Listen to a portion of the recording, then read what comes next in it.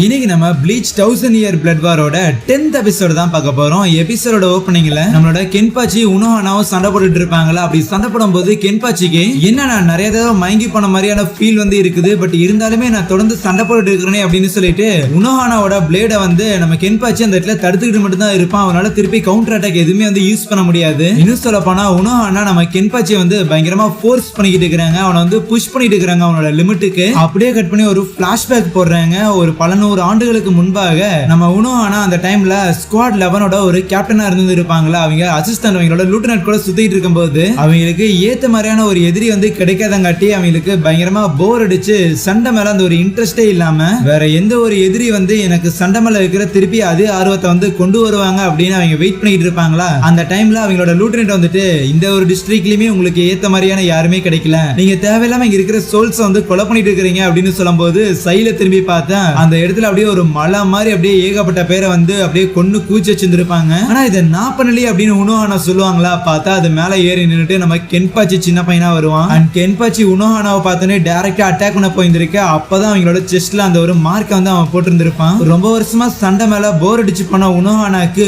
புதுசா சண்டை மேல ஒரு ஈர்ப்பு ஏற்பட்டிருக்கும். அது ஒரு சின்ன பையனோட கத்தி மூலமா பேரலா இவங்க 2 பேரும் சண்டை போட்டுக்கிட்டு இருப்பாங்கல்ல. சோ அப்பதான் கென்பாச்சிக்கு முதல்ல உனோஹானாவோட அட்டாக் வந்து இவன் வெறும் தடுத்துட்டு மட்டும் தான் இருந்தான். பட் இப்போ அவனால வந்து கவுண்டர் பண்ண முடியுதுன்னு சொல்லிட்டு அவன் ஒவ்வொரு அளவு வந்து மைட்டு திருப்பி வர மாதிரியான ஒரு ஃபீல் அவனுக்கு கிடைக்குது இல்ல. சோ அப்படி திருப்பி வரும்போது அவனுக்கு வந்து புதுசா பவர்ஸ் வந்து கிடைக்கிற மாதிரியும் அவனோட பவர்ஸ் வந்து இன்க்ரீஸ் ஆகுற மாதிரியும் இருக்குது. ஆனா அப்பதான் உனோஹானா அவங்களோட மனசுக்குள்ளேயே நினைக்கிறாங்க நம்ம இச்சிகோ கூட அவன் தோத்தது, அந்த நொய்டோர கூட கடைசி நேரம் வரைக்கும் சண்டை போட்டது, அந்த யூஆவா கூட சண்டை போட்டது, இந்த பேட்டில் எல்லாத்துலயுமே வந்து கென்பாச்சி ரொம்பவுமே ஸ்ட்ரகிள் பண்ணிருக்கான், இல்லைன்னா ரொம்பவுமே தோத்துருக்கான். அப்படிங்கும்போது அது கென்பாச்சியோட வீக்னஸ் தான் குறிக்குது அப்படின்னு எல்லாரும் நினைப்பாங்க. ஆனா உண்மை வந்து அது கிடையாது. உண்மை என்னங்கிறது எனக்கு மட்டும்தான் தெரியும். ரொம்ப சின்ன பையனா இருக்கும்போது கென்பாச்சி சண்டை போடுறதுல இருக்கிற அந்த ஒரு ஆர்வத்தை வந்து புரிஞ்சுக்க ஆரம்பிச்சுட்டான். ஆனா அவனை சுத்தி இருந்த யாருமே அவனுக்கு ஈடு கொடுத்து சண்டை போடுற அளவுக்கு ரொம்ப ஸ்ட்ராங்கான ஆளுங்க வந்து கிடையாது. சோ அப்படி இருக்கும்போது தான் நம்ம கென்பாச்சி உனோஹானாவை மீட் பண்ணி உனோஹானா கூட சண்டை போடும்போது முதல்ல மத்தவங்களை கம்பேர் பண்ணக்குள்ள உனோஹானா நிறைய அட்டாக்க வாங்கிட்டு அதே இடத்துல நின்று இருந்திருப்பாங்க. சோ முதல்ல நம்ம கென்பாச்சி உனோஹானா வந்து மதிச்சிருந்திருப்பான். அந்த இடத்துல உனோஹானா வந்து அட்மையர் பண்ணி தனக்கு ஈக்குவலான ஒரு எதிரி அப்படின்னு அவங்களை வந்து கன்சிடர் பண்ணியிருப்பான். சோ இப்படி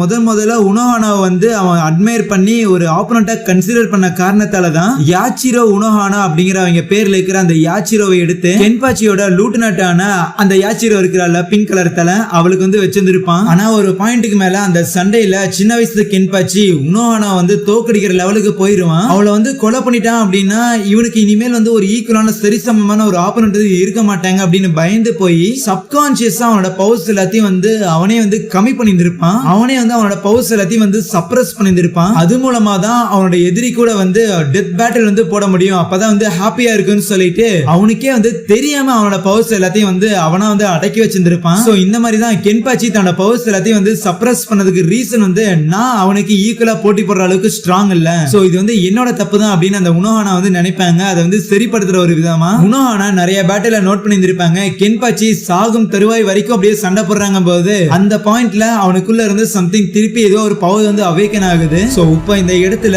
100 தடவையோ 1000 தடவையோ அவனை வந்து கொலை பண்ணி திருப்பி அவனை ஹீல் பண்ணியாது அவனுக்குள்ள அவன் சப்ரஸ் பண்ணி வச்சு அவன் அடக்கி வச்சு அந்த பவர் எல்லாத்தையும் வந்து வெளிக்கொண்டு வரணும்னு சொல்லிதான் அந்த உனோஹானா இப்போ இந்த இடத்துல நம்ம கென்பாச்சியை வந்து அட்டாக் பண்ணிக்கிட்டு இருக்காங்க. கென்பாச்சி அடிக்கடி மயக்கமாகற மாதிரி இருக்குதுன்னு சொல்றான்ல. சோ அந்த எல்லா டைமுமே உனோஹானா ஆக்சுவலி அவனை வந்து கொலை பண்ணிருப்பாங்க. ஆப்வியஸ்லி இந்த ஒரு சண்டை மூலமா கென்பாச்சியும் ஸ்ட்ராங் ஆயிட்டு உனோஹானாவோட செஸ்ட்ல ஒரு கோடை வந்து போட்டு விட்டுறானா. அவங்களும் அப்படியே ஓரமா வந்துட்டு ஆமா நான் எதுக்கு தேவையில்லாம இந்த மெடிசன் எல்லாம் கத்து வச்சிருக்கேன்னு நினைக்கிறேன்னு சொல்லி அவங்களோட ஊண்டை வந்து அப்படியே ஹீல் பண்ணுவாங்க. சோ இதுக்குதான் கத்துந்திருக்காங்க போல எல்லா காயத்தையும் சரிப்படுத்திட்டு திருப்பி சண்டைக்கு இறங்குறதுக்கு. ஓகே இனிமேல் குழந்தை விளையாட்டு எல்லாம் முடிஞ்சது, ஆக்சுவல் பேட்டில்ல இறங்கலாமான்னு சொல்லி நம்ம கேப்டன் உனோஹானா அவங்களோட பான்காயான மினாசுகியை ரிலீஸ் பண்ண அந்த இடமே வந்து ஒரு மாதிரி ரத்த கிளறியா இருக்குது. அதுக்குள்ள திருப்பி மாத்தி 2 பேரும் சண்டை போட்டுட்டு இருக்கும்போது நம்ம கென்பாச்சிக்கு அவனோட உடம்பே வந்து உருகிற மாதிரியான ஒரு ஃபீல் வந்து கிடைக்குதா. ஆனா முதல்ல அதை பத்தி நினைச்சாலுமே எகைன் அதுதான் இருக்கல இங்க ஃபன்னான ஒரு பார்ட்னு சொல்லி உள்ள இறங்கி பயங்கரமா அப்படியே அவங்களை வந்து அடின்னு அடிச்சு உனோஹானா போட்டு பயங்கரமா டேமேஜ் பண்ணிக்கிட்டு இருக்கான். கூடவே ரொம்ப நாளா நான் மறந்து போன ஒரு விஷயம் பேட்டில் சண்டை போடுறது வந்து எனக்கு ரொம்ப பிடிக்கும்னு சொல்லி அந்த இடத்துல வந்து அடின்னு அடிச்சுக்கிட்டு இருக்கேன். ஈவன் நம்ம உனோஹானா இருக்கிறாங்கல்ல அவங்களுமே கமான் உனக்கு சண்டை பிடிக்கும்னு எனக்கும் தெரியும். ஈவன் அந்த ஒரு ஃபேக்ட் உனக்கு தெரியறதுக்கு முன்னாடியே எனக்கு வந்து தெரிய ஆரம்பிச்சிச்சு. நீ கடைசி வரைக்கும் சண்டை போடுற அந்த ஒரு பேட்டில வந்து நீட்டு கொண்டு போகணும் அப்படிங்கிறங்காட்டி உன்னோட பவர் வந்து சப்ரஸ் பண்ணி வச்ச. ஆனா அதே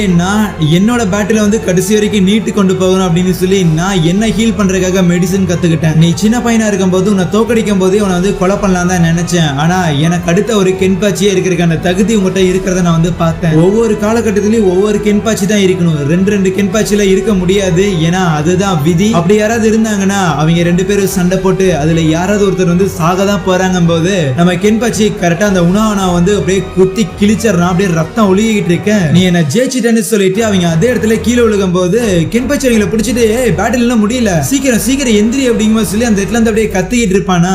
சின்ன பையன் மாதிரி கத்துறான். நீ ஏன்னா என்ன நினைச்சு கவலை பண்ணும் அப்படிங்கிற எந்த ஒரு அவசியமே கிடையாது. உன் கூட நான் சண்டை போட இருக்க மாட்டேன் அப்படின்னு நினைச்சுதான் நீ இவ்வளவு ஃபீல் பண்ற.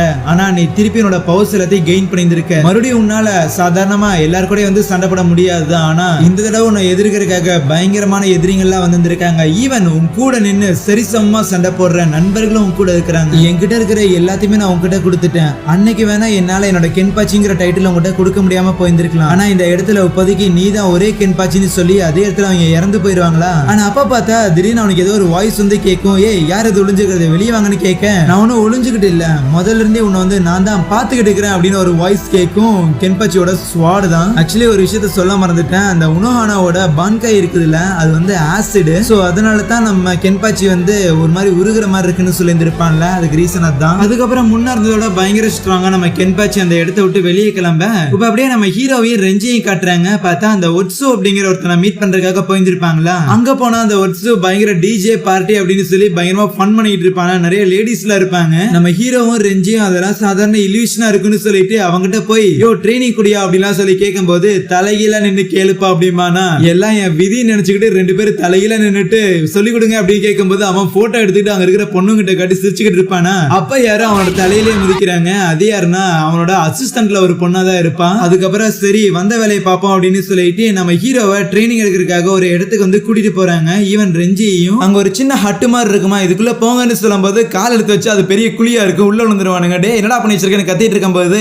அப்ப அந்த ஒட்ஸு இங்க வரும்போது நீங்க ஒரு விஷயத்த நோட் பண்ணீங்களா, என்ன தவிர வேற எந்த ஒரு சோல் ரீப்பரும் இங்க இல்லன்னு சொல்ல என்னடா வளர்றன்னு கேட்கும் போது அப்பதான் இங்க இருந்த பொண்ணுங்க அப்ப கூட இருக்கிற பக்கத்துல ஒரு பொண்ணு அவனு சொல்லி எல்லாருமே வந்து ஜான் பாக்டோ தானாமா. இவன் தான் அவங்க எல்லாருமே வந்து உருவாக்கி இருந்திருக்கான். அது மட்டும் இல்லாம ரெஞ்சி அண்ட் நம்ம ஹீரோ அவங்க ரெண்டு பேரோட ஜான் பாக்டோ எடுத்து சும்மா அப்படியே அடிப்பான். ரெண்டுமே உடஞ்சு போயிரும் சல்லியா. என்னடா உங்களோட ஜான் பாக்டோக்கு நீங்க அன்பெல்லாம் காட்டுறதுல போல அசால்ட்டா ஒஞ்சு போயிடுச்சு. நீங்க உங்க ஜான் பாக்டோக்கு மரியாதையும் அன்பும் தராதங்காட்டி தான் அதுவும் அங்க இருக்கிற ஜான் பாக்டோல அவங்க மேல கடுப்புல இருக்குன்னு சொல்லுவானா. பார்த்தா அந்த இடத்துல ஏதோ நிறைய பேர் இருக்கிற மாதிரி எல்லாம் தெரியும். பேசிக்கா பார்த்தா இந்த சோல் அகாடமி இருக்குதுல, அங்க இருக்கிற சோல் ரீப்பர்ஸ்க்கு அசாவுச்சி அப்படின்னு சொல்லி, அதாவது ட்ரைனிங் இருக்கு அந்த ஸ்டூடெண்ட்ஸ்க்கு அசாவுச்சி அப்படின்னு சொல்லிட்டு பேசிக்கான ஒரு ஸ்வாட் வந்து கொடுப்பாங்க, ஒரு ஜான் பாக்டோவை. அதுக்கப்புறம் அந்த ஒரு ஸ்வாட் அவங்க வந்து கூடவே வச்சுக்கிட்டு அவங்களோட பர்சனாலிட்டிக்கு ஏற்ற மாதிரியான அந்த ஒரு ஸ்வாட ஒரு ஜான் பாக்டோவை மாத்துவாங்க. அப்படி சோல் சொசைட்டில புழக்கமாகிட்டு இருக்கிற எல்லா ஜான் பாக்டோவையும் வந்து கிரியேட் பண்ணது யாருன்னு பார்த்தா அது இவனா தான் இருப்பான். சோ அதனால தான் இவனை வந்து ஜான் பாக்டோ கடவுள்னு சொல்லுவாங்களாமா.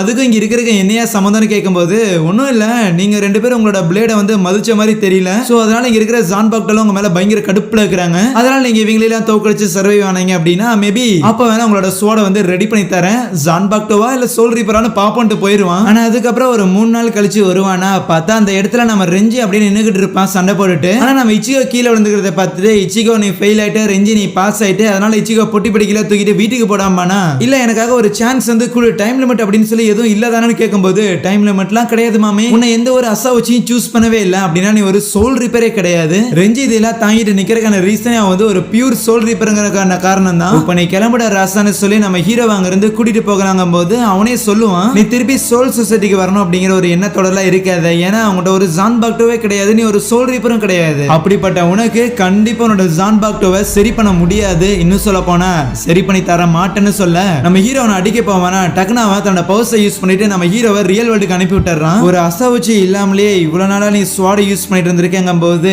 அதுக்கு பின்னாடி உள்ள ரீசனை நீ முதல்லயே புரிஞ்சிருக்கணும். போய் ரொம்ப வருஷத்துக்கு முன்னாடி அந்த ஒரு ரீசன் என்னங்கறத போய் கண்டுபிடி. அப்படி உன்னால கண்டுபிடிக்க முடியலனாலும் அதை பத்தி எனக்கு ஒரு கவலை இல்லைன்னு சொல்ல நம்ம ஹீரோ அவனோட வீட்டு முன்னாடி வந்து நிற்கும் போது அங்கே இந்த ஒரு எபிசோடையும் முடிக்கிறாங்க. Soya thank you.